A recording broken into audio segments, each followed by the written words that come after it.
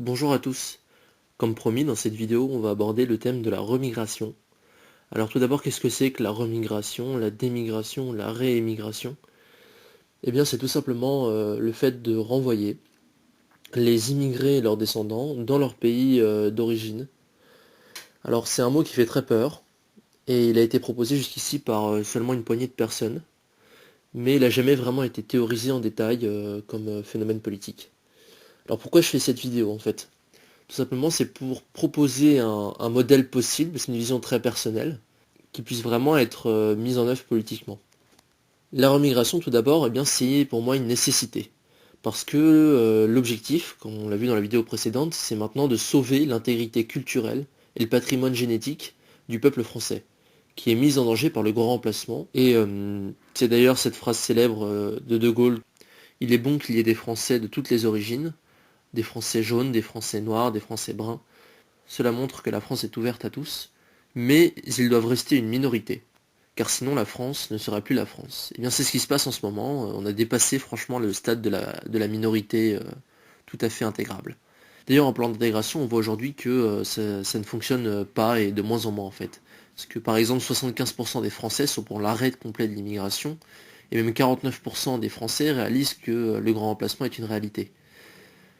Du côté des immigrés, c'est problématique. Parce qu'on recense jusqu'à 80% de musulmans, entre 60 et 80% dans énormément de prisons. On a pu aussi voir aussi que les immigrés et leurs descendants ont vraiment des problèmes et qu'ils n'apprécient pas non plus la situation actuelle, qu'on a pu voir avec les émeutes de 2005 ou les attentats, et aussi que la mixité reste très limitée.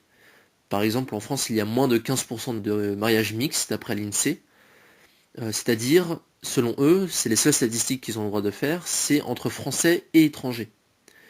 Mais la grande majorité, d'après une autre étude, de l'Afrique, du Moyen-Orient, de l'Asie et même de tous les autres continents depuis 5000 ans, donc ça a laissé le temps à des populations très distinctes de vraiment naître, et le peuple français lui-même a acquis son unité ethnique et l'a conservée depuis 1500 ans en fait.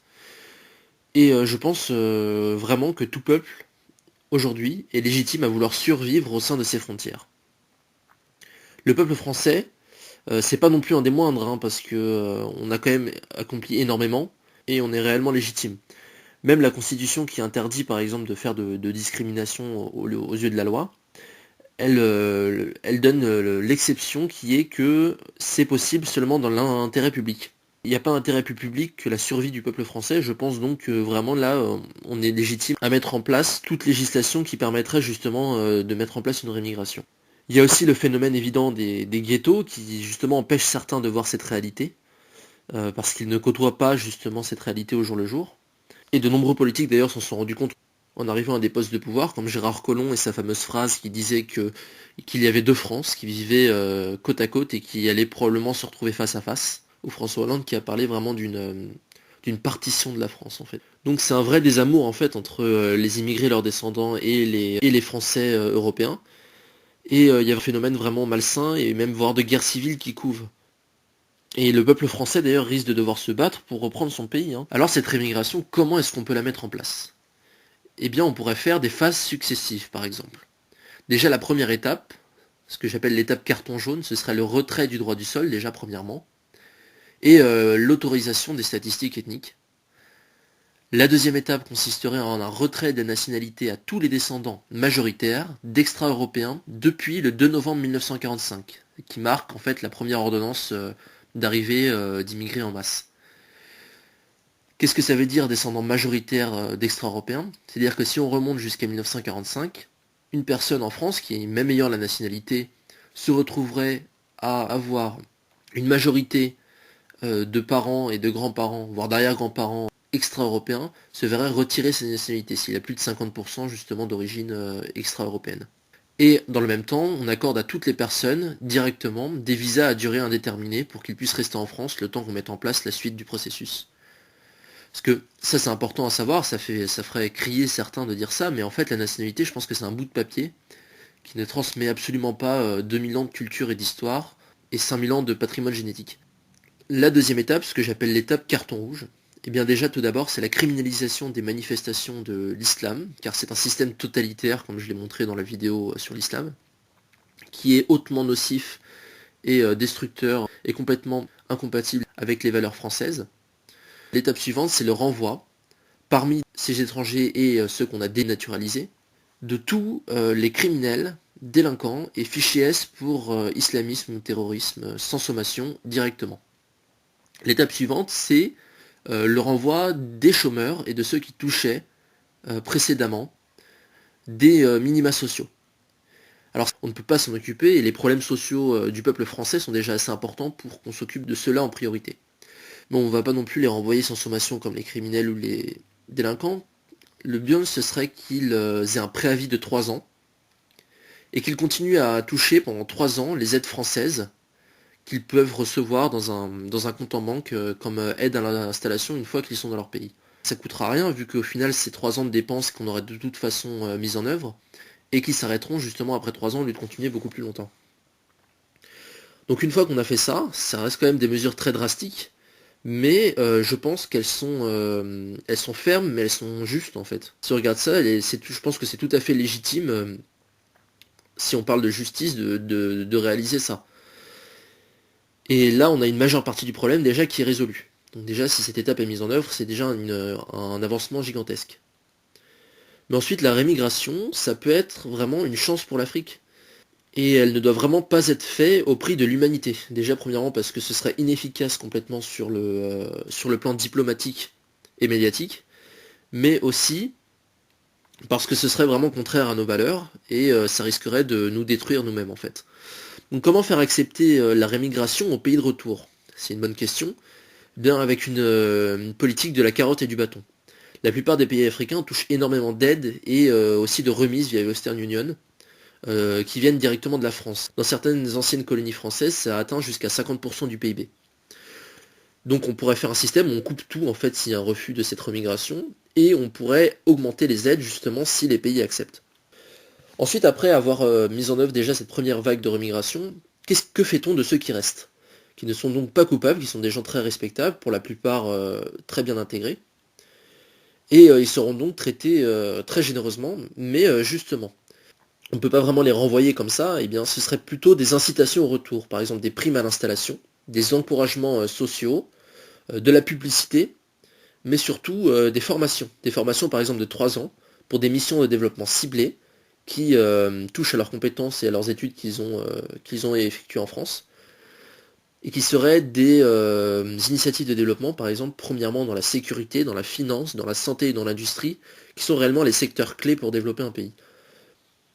On peut pas vraiment forcer ces gens à rentrer, donc il faut vraiment présenter ça et voir ça vraiment comme une mission humanitaire, et en fait un espèce de retour aux racines en tant que héros d'ailleurs, qui est un retour aux racines généralisé qu'on peut observer dans le monde, qui vraiment s'oppose à la mondialisation aujourd'hui, qui n'amène plus grand chose de bien. Surtout, il faut repenser l'accueil.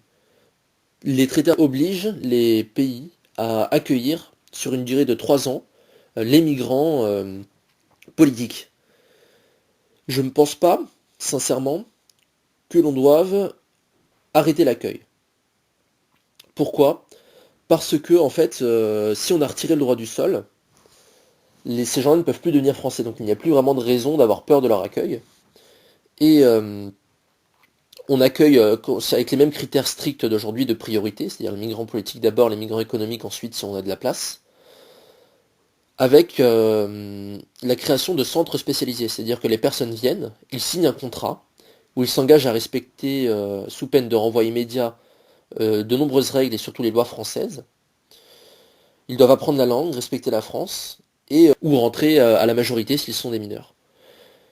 Et donc à partir de là, on pourrait vraiment former un espèce de système de navette où on accueillerait les gens pour leur permettre parfois de survivre ou même de se développer, et puis ensuite pour pouvoir ultimement, obligatoirement revenir en fait, pour vraiment reconstruire leur pays.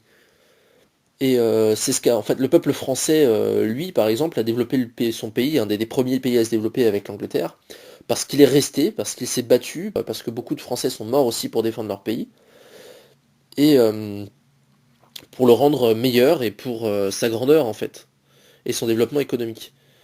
parce qu'on avait nulle part où fuir en fait. Et aujourd'hui, rendre son pays meilleur, c'est possible toujours, hein, mais je pense que c'est un devoir pour les peuples justement qui viennent en France, et que la fuite pourrait même être, je considère même que la fuite de son pays est assez lâche, si on n'est pas vraiment menacé physiquement.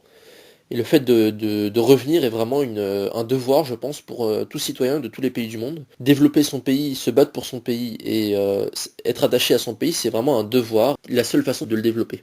L'Afrique est énormément plus grande que la France et c'est une réelle menace démographique qui risque d'ailleurs de s'accentuer dans les années à venir.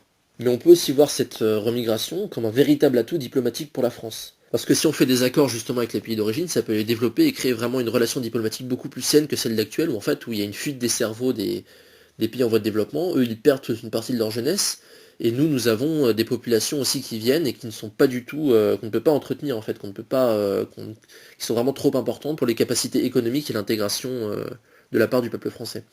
Il y a des exceptions évidemment à cette remigration, c'est que on pourrait par exemple laisser comme français ceux qui sont mariés à un français qui évidemment n'a pas perdu sa nationalité avec le système de carton jaune, et aussi évidemment ceux qui se sont battus pour la France, qui ont fait partie de l'armée par exemple, ou qui ont donné d'importants services rendus, qui ont été des patriotes réels, cela avant évidemment l'application de la remigration. Tout cela évidemment, sauf exception des cartons rouges, c'est-à-dire criminels, meurtriers et autres.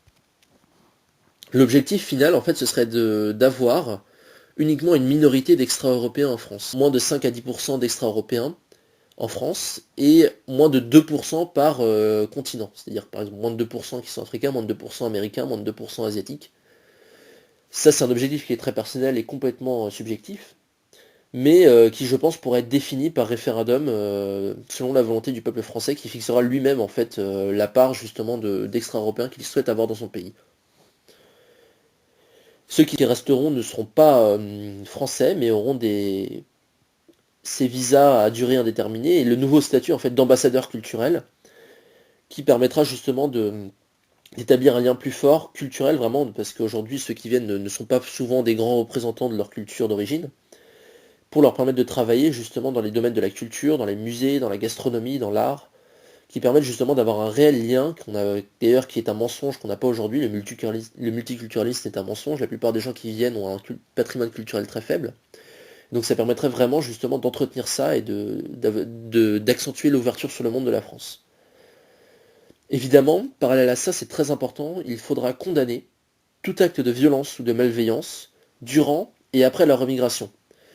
Parce que le peuple français a un devoir d'exemplarité pour continuer à porter ses valeurs. Et surtout car désormais en fait la protection contre le grand remplacement est assurée. Donc la peur n'est plus, il n'y a plus de peur vraiment à avoir du grand remplacement. Quelles seront les conséquences possibles de ça en fait? Bah d'abord évidemment si on renvoie 80% des effectifs dans les prisons, ce serait une forte baisse en fait de la criminalité. Une forte baisse aussi si on renvoie les gens qui touchent les minima sociaux, des dépenses sociales. Une forte baisse avec les gens en moins, des prix de l'immobilier, une hausse des salaires, une baisse du chômage, une reprise de la croissance. Mais il y a une nécessité dans tout ça, c'est que la plupart de ces gens en fait sont souvent dans des emplois, sont venus, pourquoi ils sont venus? Parce qu'on a mis en œuvre une logique dans la mondialisation qui est de construire une armée d'esclaves. D'ailleurs Marx disait que les immigrés étaient l'armée de réserve du capitalisme, qui viennent en fait parce qu'ils fuient la misère et sont prêts à tout pour un maigre salaire et donc vont accomplir des travaux aliénants que personne ne devrait accomplir pour des salaires si faibles, qui ne sont d'ailleurs pas assez payés. Et ces gens-là viennent justement pour remplacer les autochtones quand ils refusent ou demandent de meilleures conditions de travail. Et donc vraiment pour faire face à ça, il y a un seul espoir en fait, c'est aujourd'hui, avec le développement de l'IA et de la robotique, il faudra vraiment mettre en place des investissements d'État massifs dans ces industries, qui seront d'ailleurs très rentables, hein, parce qu'au final c'est de la main-d'œuvre qu'on crée, et donc du coup ça fait baisser les coûts de production. Et pour vraiment mettre en place l'automaton, au lieu de mettre en place l'immigration. C'est-à-dire de remplacer les travaux à faible valeur ajoutée, et des travaux qui sont aliénants et que personne ne fait vraiment par vocation, par des machines, pour permettre justement une meilleure qualité de vie de tout le peuple français. C'est un modèle vraiment qui se construit à l'opposé, qui est déjà mis en place plus ou moins au Japon.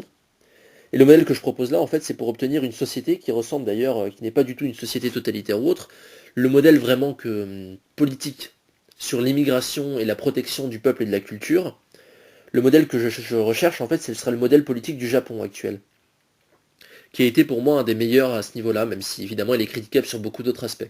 Voilà, c'est tout pour cette vidéo qui, j'espère, vous a ouvert de nouvelles perspectives. Je vous revois assez vite pour une nouvelle vidéo. Je suis assez occupé en ce moment, donc le rythme va peut-être un peu baisser ou continuer comme il est aujourd'hui. Mais je vais essayer d'en faire de nouvelles.